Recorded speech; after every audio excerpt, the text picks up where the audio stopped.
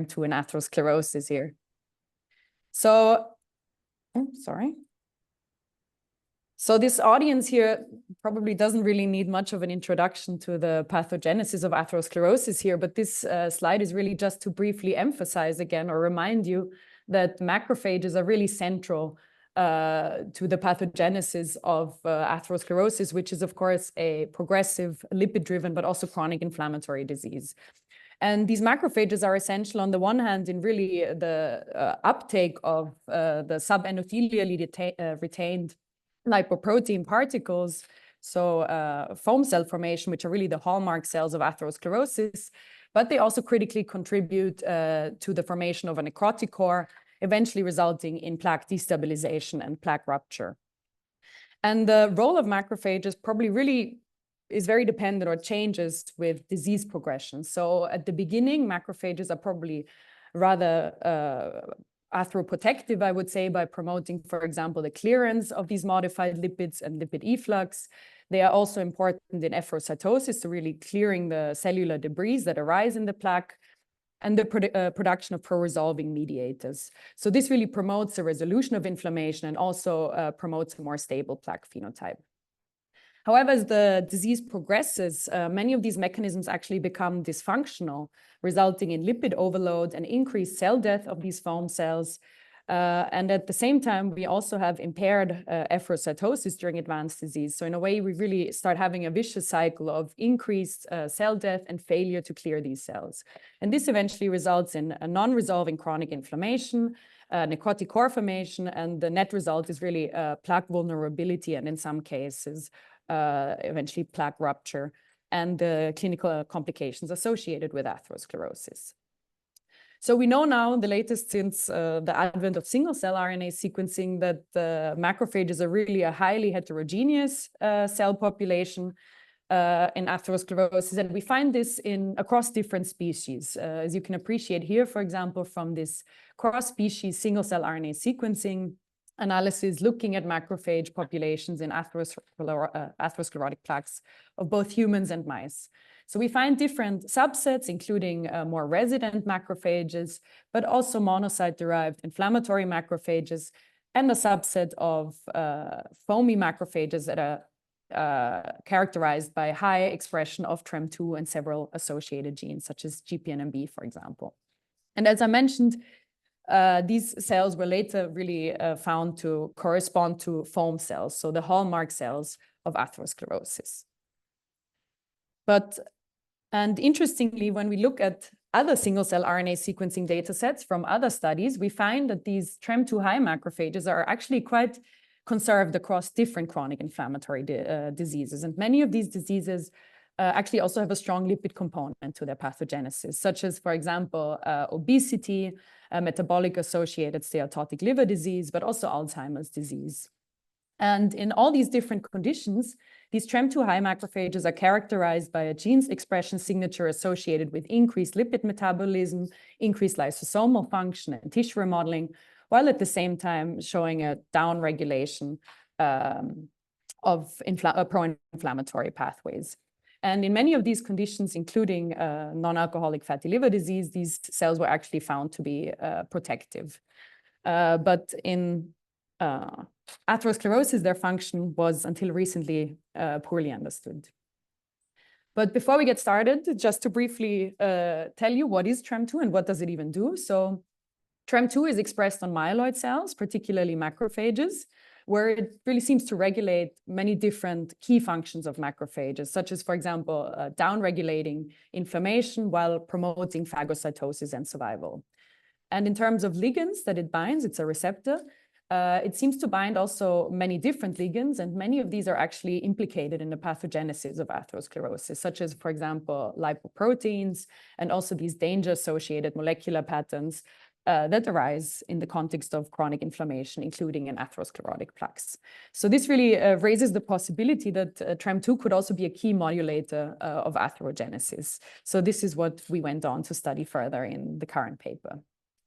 So first of all, we wanted to get a deeper insight into the expression patterns of TREM2. So to do that, we performed an analysis of aortic cells from LDL receptor deficient mice that were fed an atherogenic diet for different time points. And we really wanted to get a deeper insight into the dynamics of expression over different disease points. And you can appreciate here that, first of all, there is an emergence of macrophages or an increase in the number of macrophages in the context of high-fat diet during atherogenesis, shown here in gray-blue. And if you look at the expression of TREM2 here on the right, we see that the expression is really most pronounced in this macrophage compartment. But we have seen before that macrophages are quite heterogeneous. So to get a better insight into the subsets, we then performed a subclustering of the mononuclear phagocytes. And what we found was really the expected or previously described cellular subsets. So of course, different types of monocytes, but also resident and inflammatory macrophages and different subtypes of TREM2 high and TREM2 expressing macrophages. And these you can see really only start to emerge in the context of atherosclerosis. They are present in all stages of disease, basically. And specifically, this green population of TREM2/F9 positive one seems to expand further. Oh, sorry. Apologies for this. I don't know how to. There we go. Sorry. Seems to really expand with advanced disease. And looking at the expression level of TREM2 in these subsets, we find that TREM2 is really most highly expressed in this yellow and green cluster, but we also see some expression that is induced in the context of atherosclerosis in these other macrophage populations. However, as you might have seen, we also saw some level of expression in other cell types in this UMAP, and this was specifically a subtype of vascular smooth muscle cells. So we also wanted to take a closer look of that. So as you see in this data set, we found 3 different clusters of vascular smooth muscle cells. And if you look at the dynamics here, we see the highest expression in this VSMC2 cluster. And this cluster actually also expands with disease development. And when we looked more closely at the expression pattern of these smooth muscle cells, they were found to correspond to these phenotypically modulated smooth muscle cells that can adopt a more foam cell-like, almost macrophage-like phenotype. And we also see this reflected in the expression of several genes associated with foam cell formation, which are most highly expressed in this VMC2 population. So really the TREM2 associated genes, as well as some lipid metabolic genes and lysosomal genes. So we do also see an adoption of a, let's say, TREM2 high-like phenotype in some of these vascular smooth muscle cells, although the expression is much higher in the macrophage clusters that we've seen. So on the protein, then what about that? So we also looked at the expression of TREM2 in the human sections. So these were coronary arteries. And what we found was here, when you look at the brown monocyte macrophage cluster, this is really where TREM2 expression is restricted to. And again, we performed more subclustering to get an insight into the different subtypes of macrophages. And again, here you can appreciate this large foamy macrophage cluster shown here in green that really displays the highest expression of TREM2. However, we also see some expression in some other macrophage subsets, such as, for example, this interferon-associated pro-inflammatory macrophage subset, as well as in these complement factor C3 positive macrophages that we have previously investigated and that also seem to play a role in efferocytosis. So really in line with what we've seen also actually on the murine level, TREM2 is not just exclusively expressed in these foamy cells, but to a certain extent also in other macrophages. But overall, it really suggests that TREM2 plays a key role in atherosclerosis, both in the mouse and in humans. So what happens on the protein level? So TREM2 actually also exists as a soluble form, which is essentially consists of the ectodomain of the TREM2 receptor that is either generated or secreted directly or generated by proteolytic cleavage. And we wanted to see whether the levels of the soluble TREM2 increase with disease development. So to do that, we first looked at LDL receptor deficient mice and put them on an atherogenic diet for 6 weeks. And we found that the levels of soluble TREM2 increased in the aorta in line with the increased expression that we saw on the transcriptomic level. But interestingly, we also saw this reflected in the serum. So also here in atherosclerotic conditions, we see an increase in systemic levels of soluble TREM2, which of course raised the possibility to us that soluble TREM2 could also serve as a disease marker. So we next wanted to test this in a human setting. And to do that, we looked at a prospective study, the ICARUS study that we have here in Vienna, that consists of patients with subclinical carotid artery atherosclerosis. And at the time of recruitment, these patients underwent carotid ultrasound to determine the extent of disease. And they were then invited back for another ultrasound scan 6 to 9 months later to assess whether these patients displayed any disease progression in their carotid arteries. When we measured soluble TREM2 in these patients, we found that those patients that displayed progression over 6 to 9 months actually displayed increased levels of systemic soluble TREM2. And when we then looked at the odds ratio, and at the adjusted odds ratio, we found that levels above median of soluble TREM2 in the circulation was associated with increased odds of plaque progression. So these data indicate that TREM2 might also serve as a clinical marker for disease progression. So next, we wanted to assess the functional role of TREM2. And to do that, we decided to opt for a bone marrow transplantation setting, since the majority or the highest expression of TREM2 was found really in the macrophage compartment. So to do that, we lethally irradiated LDL receptor deficient mice, and they then received bone marrow from either TREM2 deficient mice or TREM2 wild type littermates. And after recovery, these mice were put on a diet. And in this case, we decided to look at different time points because we really wanted to gain an insight into different disease stages. And I should point out that these studies were done in parallel in Vienna and in Würzburg, and the 8 and the 20-week study were done in Würzburg, and the 12 and 16-week study were performed in Vienna. So you can appreciate that the mice with hematopoietic TREM2 deficiency displayed no difference in atherosclerotic lesion size in the aortic roots. There was a mild trend at very early time points for decreased macrophage content, but at later stages, this was not there anymore. But most notably, we saw really profound increases, almost twofold increases in necrotic core formation in the mice with hematopoietic TREM2 deficiency, suggesting really that TREM2 could play a role in regulating plaque stability in this context. We also looked at the later disease stages, and we again used the same setting.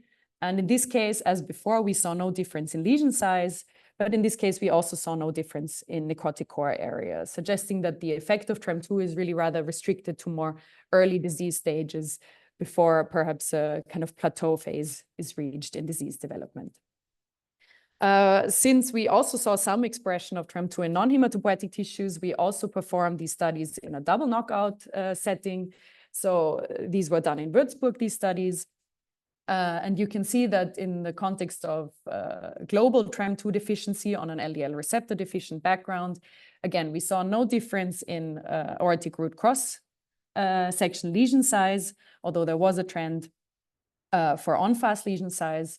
And in this case, we actually saw a reduction in macrophage content, looking only at the cellular area, so really excluding the necrotic area. But in line with what we saw in the hematopoietic deficiency setting, we see a strong trend for increased necrotic core formation. And again, as before, looking at a later time point, so really 20 weeks of atherogenic diet feeding, we observed no difference anymore in macrophage content or necrotic core formation, with mild trends in lesion size.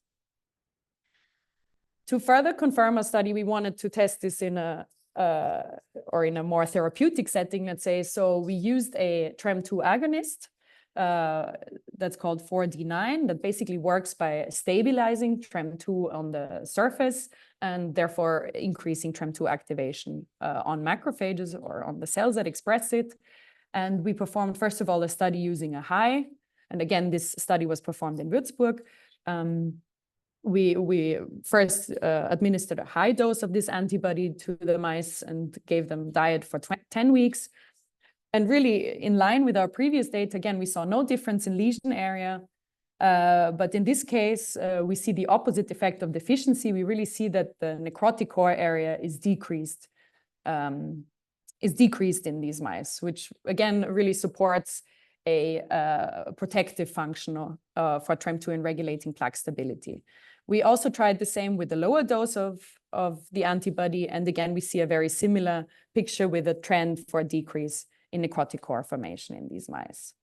So just to conclude this part of the study, we saw that overall hematopoietic and global TREM2 deficiency had no effect on aortic root plaque size, but we did see that TREM2 deficiency increased necrotic core size, at least in early atherosclerosis. And one thing I didn't show you, but that I want to point out here, is that these findings were independent of cholesterol levels. In some of the studies, we saw no difference in cholesterol levels. In other studies, we actually found a decrease in cholesterol levels, but independent of that, the increase in necrotic core size at early disease stages was really consistent, suggesting that any effect we see really occurs independently of cholesterol levels. And finally, again, in line with our data, TREM2 agonism seems to decrease necrotic core formation. So TREM2 could really also be an important therapeutic target. So with that, I'm happy to hand over to Marie, who will give you more mechanistic insights. Yes. Thank you, Florentina. I hope you can hear me. And I will try to share my screen from now.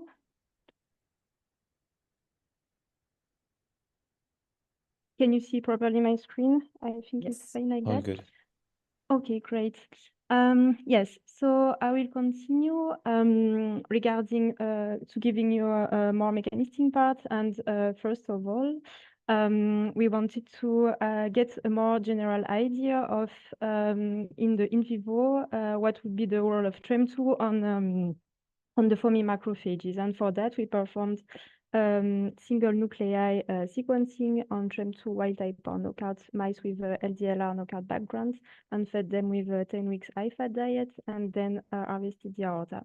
And so what we could firstly see is that we could recover nicely all the cell population that should be found in the atherosclerotic aorta, like endothelial cells, smooth muscle cells, fibroblasts, but also, and most importantly, mononuclear phagocytes, as you can see here, that we extracted and reclustered. And here we found several populations as resident macrophages, monocytes, dendritic cells, and most importantly, the foamy macrophages, where you can see here the specific genes associated with this population.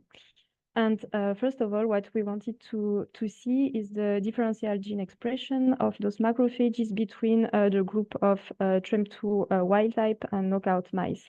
And what we could see is that in the TREM2 knockout mice, the macrophages express at a lower level genes that are associated with foamy macrophages, as you can see here, but as well BCL2, which is genes associated with survival in cells.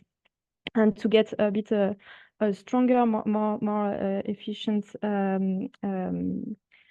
data, we also performed pseudobulk analysis that could confirm our differential gene expression analysis.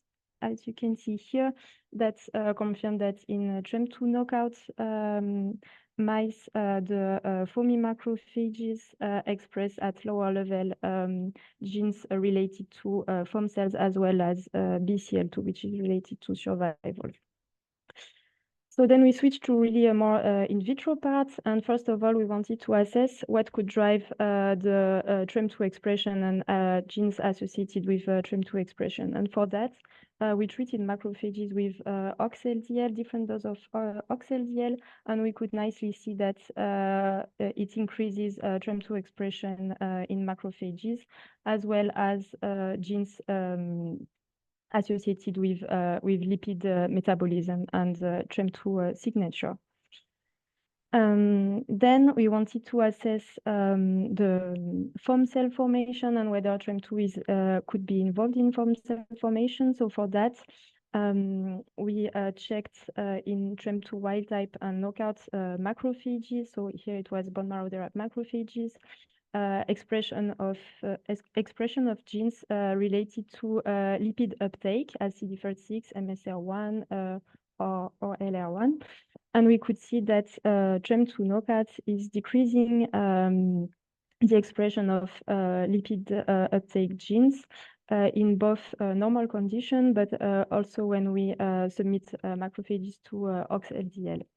And to get a more a better idea of whether it really affects the foam cell formation itself, we also treated macrophages with OXLDL that is linked to fluorescent dye to assess by FACS the uptake or the direct uptake of OXLDL. And what we could see is that in TREM2 knockout macrophages, we have a huge decrease of uptake of OXLDL, as you can see here. So to just summarize quickly this part, the foamy macrophages, they express TREM2 in both mice and human, atherosclerotic plaque, and the lipid uptake and the foam cell formation induce the expression of TREM2 and the lipid-associated genes. Also, TREM2 deficiency reduces lipid uptake and the expression of lipid metabolism-associated genes. So then, as Florentina explained you, our main result is that TREM2 is really associated with development of necrotic core in the plaque. And so just to quickly remind you, the necrotic core development is mostly due to increase of cell death induced by lipid overload, and also impairment of efferocytosis by macrophages of those cells that become necrotic, and then leading to increase of necrotic core formation and the destabilization of the plaque. So regarding that, first of all, we wanted to check in our in vivo data whether whether the efferocytosis was impaired. So we stained our sections with both tunnel and macrophage marker and assess the ratio of free apoptotic cells over macrophages associated apoptotic cells. And what we could see is that in TREM2 knockout mice, there is a huge increase of free apoptotic cells over macrophages associated apoptotic cells.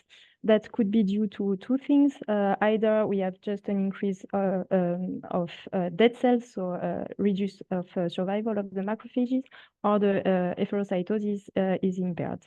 So we assessed that in vitro, and first of all, we assessed the survival of the cells, of the macrophages upon cholesterol loading. And for that, we submitted bone marrow-derived macrophages to cholesterol. And as you can see, the cholesterol overload is inducing macrophages death. And what we could nicely see is that TREM2 knockout macrophages have a lower rate of survival than their wild type counterparts.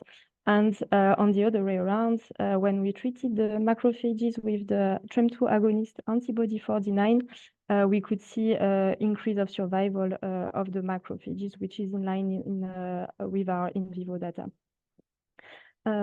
We also wanted to assess the mitochondrial fitness because it can be directly linked to the survival of the cells. And again, we could see that in TREM2 knockout macrophages, the mitochondrial membrane potential was decreased, whereas when we activated and stabilizing TREM2 with the 49, the fitness of the mitochondria was improved. Then the second thing that could affect the necrotic core formation is the efficiency of the efferocytosis itself. So in two different independent experiments, we assessed the efferocytosis capacity of macrophages by feeding macrophages from either TREM2 wild type or TREM2 knockout mice with labeled apoptotic cells. And what we could nicely see in both experiments is that in TREM2 knockout macrophages, we see a huge decrease of apoptotic cell uptake and therefore efferocytosis capacity of the macrophages. And one of the key points of efferocytosis in development of necrotic core is also the continuous efferocytosis. So we wanted to also assess that, and for that we set up an experiment by treating macrophages with a first round of CFSE plus apoptotic cells, then let macrophages rest, and treated them with a second round of violet apoptotic cells. And what we could nicely see is that we recover for the first round of efferocytosis decrease of apoptotic cells uptake by macrophages, and it was even the effect was even stronger for the second round of efferocytosis. So that would mean that TREM2 is also involved in the continuous efferocytosis mechanism of the cells. Yeah, and to finish, we also wanted to assess whether TREM2 might be involved in regulating gene expression associated with efferocytosis and lipid metabolism. And for that, we treated macrophages with apoptotic cells. And macrophages were both from either TREM2 wild type or TREM2 knockout mice. And we could see that efferocytosis in wild type macrophages is increasing genes associated with efferocytosis and TREM2 signature like ABCA1, FAP-P5, MERTK, or IL-10. Although in TREM2 knockout macrophages, this effect was completely abrogated. So to summarize this second part, we show that TREM2 expression and activation can control the macrophage's survival after lipid overload, that the TREM2 deficiency could decrease efferocytic capacities in vitro and in vivo, as well as the continual efferocytosis, and also that efferocytosis of apoptotic cells induces the expression of lipid-associated genes, which is blunted in TREM2 deficient macrophages. So to summarize a bit the paper, we mostly show that TREM2 can promote plaque stability by regulating the foam cell survival and efferocytosis. We also show that soluble TREM2 may serve as a clinical marker for atherosclerosis progression in humans, and also that TREM2 may represent a promising therapeutic target in atherosclerosis, as we have this data with agonist TREM2 agonist. So I thank you for your attention, and I will share you quickly a few comments from reviewers that we got after the first round of revision, that were mostly focusing on additional single cell analysis, more asking for mechanistic insight, in situ efferocytosis staining, and also differences that we got with other studies. So to begin, regarding survival assays, so they asked also for more mechanistic insight and whether TREM2 could influence mitochondrial function. And so this is why we performed this mitochondrial membrane potential assessment here that I showed you before. Then regarding the efferocytosis assay, we were asked to perform discontinual efferocytosis because the reviewer was especially wondering in that graph whether it seems that the macrophages were highly positive for pH-Rodor labeled apoptotic Jurkat cells, and that they would have uptake more than just one cells. So this is why we perform this continual efferocytosis to assess really all the mechanism that is set up after the first efferocytosis. Another question that was raised that was regarding this experiment, because the reviewers were wondering whether the decrease of gene expression that we could see here was because, just as I showed you before, we have less cells that are doing efferocytosis. So, of course, if they uptake less apoptotic cells, they might have less of an increase of this expression of those genes. So they asked us to perform a dose response study with TREM2 wild type or knockout cells regarding efferocytosis. We didn't do exactly that, but we decided to perform to sort positive efferocytic cells from both wild type and knockout TREM2 knockout macrophages, and then perform qPCR. And here we could recover exactly the same results, and gene expression was still decreased, although both cells were all positive for efferocytosis.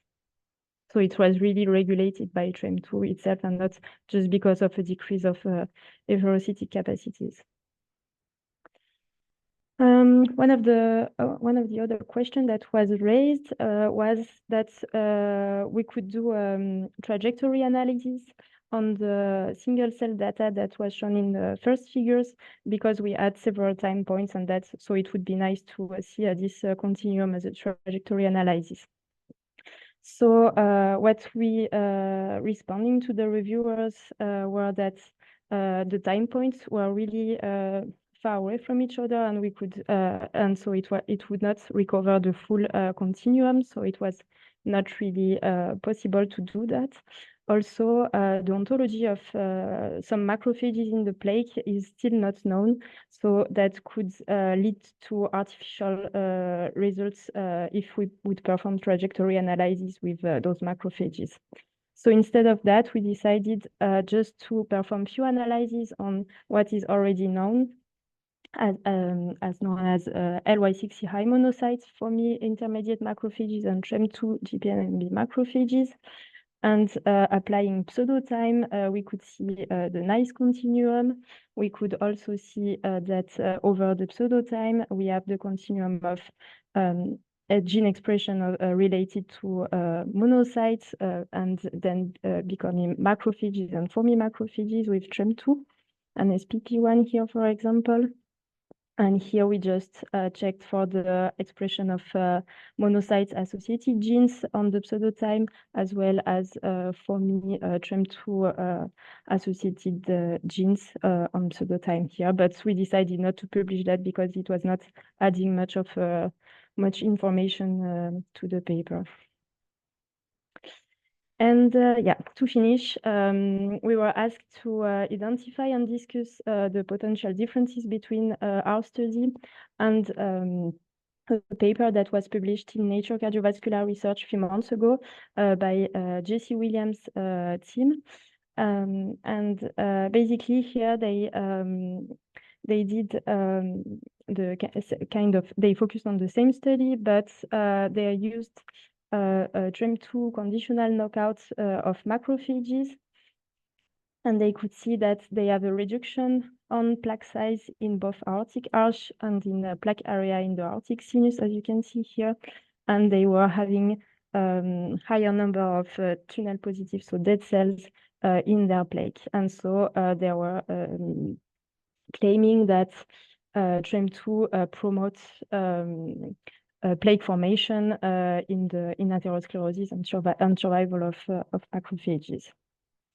And so, as you could see, we didn't get those results. Especially, we didn't see any differences in plaque area in TREM2 knockout mice, and that might be due because here they used tamoxifen-based inducible knockouts of TREM2 in CX3CR1 plus cells, so in macrophages targeted cells. The thing is that tamoxifen feeding has been shown to be can modulate systemic lipid metabolism, and as well as plaque formation, so it can be completely a confounding effect. And also in their control mice, they used both Cre-positive and Cre-negative negative mice. And it has been shown as well that the CX3CR1 Cre-ER allele can disrupt the CX3CR1 expression. And this gene is involved in monocytes recruitment and therefore macrophages content in the plaque. Anyway, a month ago, they published another study using agonist of TREM2, which is another antibody called AL002A, and basically they could recover the same results as we did, with a decrease of necrotic core when they activated and stabilizing TREM2, and increasing alpha SMA and collagen content. So basically, when the TREM2 is there and is activated, it improves the plaque stability. And with that, I think I am at the end of my talk. So I thank you for your attention, and we would be happy to take your questions. Thank you so much, Maria and Florentina, for this beautiful work. Congratulations. And also, it seems that you've been through a tough review period as well. So very, very well that you've pulled through that. We're happy to take any questions now. I think we already have some few questions in the Q&A box, but also feel free to put them either in the Q&A box or in the chat. So the first question that we have is from Miron, so Pic. And then so Miron was wondering if the dynamics between TREM2 and soluble TREM2 conversion is constant, or if it's something that's influenced by disease progression. I don't know, maybe I can comment, Marie, if it's okay? Yeah, absolutely. Yes, yes. Yeah, so that's a good question that we did not formally assess that, but I think there are multiple options here. So on the one hand, we see, of course, this increase in TREM2 expressing macrophages. So it could be really a consequence of increased expression. On the other hand, another possibility, of course, with disease progression, there's also increased cell death. So maybe soluble TREM2 could also be a byproduct of dying cells. But one other mechanism that has actually been shown in the context of non-alcoholic fatty liver disease is that some pro-inflammatory cytokines can induce the expression of these proteases that lead to the shedding. And again, we did not formally assess that, but it could be, I think they specifically had IL-1, which is, of course, also an atherosclerosis-associated cytokine that promoted the expression of these ADAM proteases. So that could be also an active process that in the course of disease might change it. But we did not really at this point look at the different time points to look at the levels of soluble TREM2. But I think both could contribute, in my opinion. Great, thank you so much. We also have another question in the chat from Ivan Deveau. And then Ivan was wondering if the prevention of the shedding of TREM2 as a therapeutic alternative to the 4D9 antibody, if it's a good strategy, and how does this antibody act as an agonist of TREM2? I think that's something maybe that you've mentioned in the talk. I don't know if you want me to go the response. I think yeah, it's just the binding site is really where the ADAM protein would affect and cleave the protein. So it really avoids the binding of the enzymes. And then I think it also acts directly as an activator because it leads to more SIG pathway activations and so on. So it has both sides, like stabilization and as well as activation of the TREM2.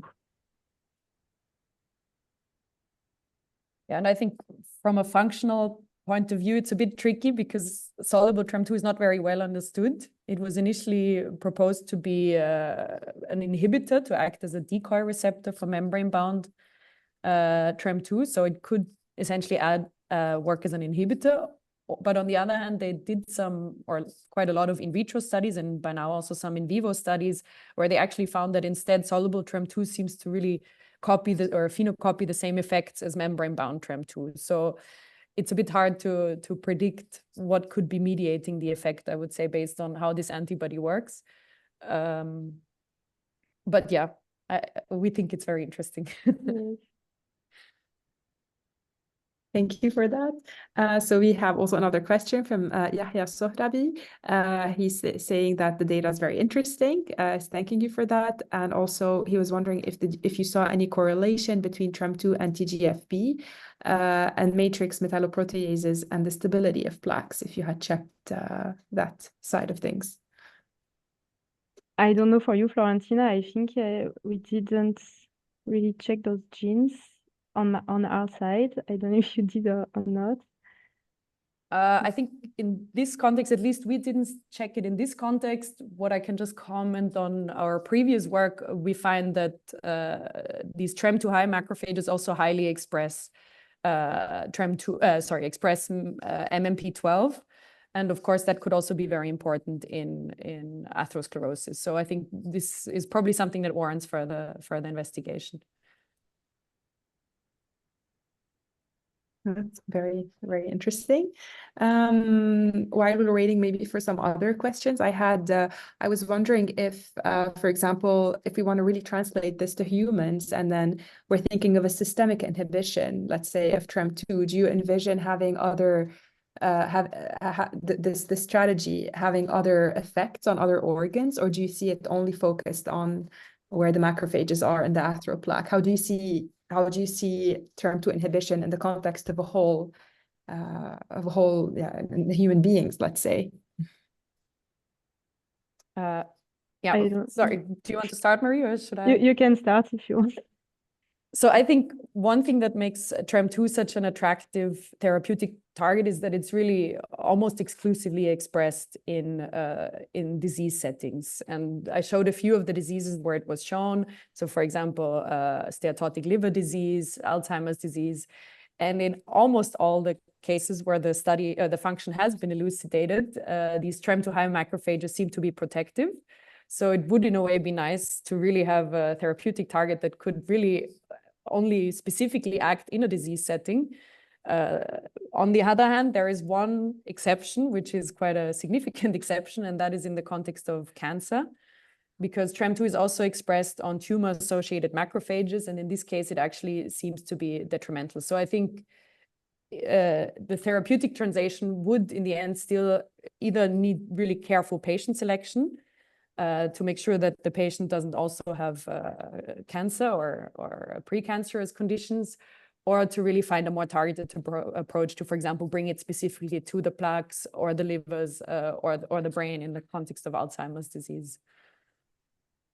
I think it's also great if you can also link, let's say, soluble TREM2 that is found in the plasma. If you can somehow link it to the progression of the disease, then it can tell you maybe which patients can be stratified into maybe like a more TREM2 specific therapy and so on, if there is a link. And I think you were nicely able to show that there is something happening with the soluble TREM2. So maybe it could be a way to stratify patients who would benefit maybe more from a TREM2 targeted therapy. So that's very exciting.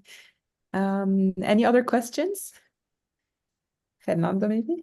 Yeah, I was just about to make a comment on that. I find very, very interesting, like all the body of work that you guys have done, and just commenting on like the translational potential of this. I was also thinking patient stratification, but also maybe trying to understand whether this is like a secondary prevention kind of approach, meaning that from what I see, most of the advantage seems to be here to stabilize the plaque. Once we already have the formation of plaque and we want to avoid like the rupture of it, right?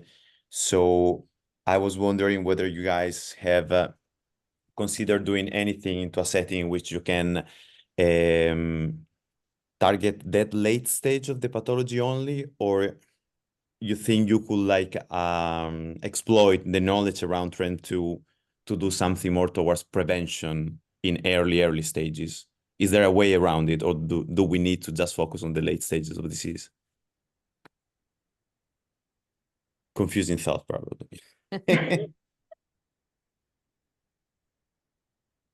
Well, no, I think you are exactly right. I mean, our ultimate goal in the future is hopefully to eventually only have primary prevention and not need secondary prevention.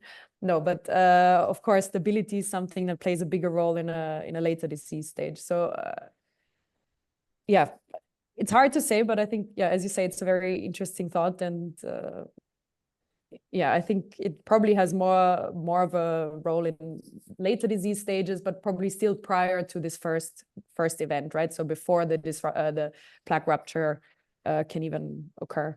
Yes, Yeah. that's what I was about to say. Like, I think too early would not really fit, because the content of the plaque would not really respond to TREM2 agonists, because yeah, it's not developed yet, but too late would be definitely too late, and so we have to find the right window. The right timing, right? Yes, exactly. Yeah, that's what I was trying to say. Not only Yeah. stratifying patients, but also decide when is the right moment to like think about the. I think it's mostly that question, like when exactly, and maybe following the soluble TREM2 in a more specific and more accurate way would help to really find the right spots to. Definitely. And Yeah. thinking about that, I also like Florentina, in one of your slides in the beginning, you were talking about when you guys reclustered the mononuclear phagocytes, and you had this population that was called foamy intermediate. I was just, that seems to have like the opposite trend compared to like the foamy cells with high TREM2. I was just wondering whether, you know, if there is a kinetics into this population fading one into the other, and maybe that could help understanding like timing of when TREM2 could be like, you know, essential, and when, what is the time window, what is the correct time window, let's say. I don't know if you guys had a look into that. You mean regarding TREM2 expression itself? Yeah, when you guys did like the MPC reclustering, if I remember correctly, there is a population called foamy intermediate. Yes, definitely. But I mean, if you also look at the pseudo time that we did, the expression of TREM2 is going a bit up and then down again, and you know it's right. It's difficult to. So it seems that the regulation is not that straightforward, and it's not linear, up let's and say. yes. Yeah. So, yeah. Well, this biology is complicated, right? Thank you so much. Very, very insightful presentation. It was super, super nice. We have maybe one more question, if that's okay. So Ziba Said was wondering if there's an association of SGLT co-transporters upregulation with TREM2 gene expression, which is an interesting thought, I thought. Yes, really interesting, but I didn't read anything about that. I don't know, Florentina, on your side. Yeah, I'm also not aware of anything, but no, but definitely that would be nice to have a look. Yeah, at least in our single cell data, I think we can have a look of some. I guess maybe like patients that are treated with SGLT2 inhibitors, for example. Yes. We can check levels of TREM2. I'm sure there are some databases or data sets online where we can see if there's something happening to the macrophages there. Absolutely. No, it's definitely interesting. I mean, especially given that TREM2 is obviously also so lipid associated and metabolic associated, right? And it also plays a big role in obesity. So it's definitely an interesting thought. But I was intrigued to see also that there is your vascular smooth muscle cell 2 population also expresses TREM2, which is, and also some of the macrophage-like features also. It's really cool because I work more on smooth muscle cells, so then that was it's intriguing how these cells can just update or express any markers that of other cells, even though that originally they're not macrophages. So that's absolutely. Well, I guess if there are no more questions, I would like to thank you very much for this amazing work and for having a very, very interesting discussion and a casual chat also about the results. And thank you also for presenting the reviewers' comments. I think this is very useful for us to know the work, the hard work behind every paper that's being published. So that's really nice. I'm also advertising here. I don't know if you can see my screen, but the next journal club that we will have in July 15th will be a bit informal. So it will be more in the format of some chats where we discuss some career perspectives and maybe some issues that are related to our research life, but they're not necessarily papers. So it's just something that we thought would be nice to discuss sometimes alongside research. So if you're interested in that, wait to hear more about this event. We'll share some information soon, and then we'll send out invitations soon. So with that, I would like to thank all of the participants and our panelists and everyone who joined today for this amazing journal club. Thank you so much. Thank you, you. For everyone. having us, and thank you for the invite. Of course. Thank you. Thank you.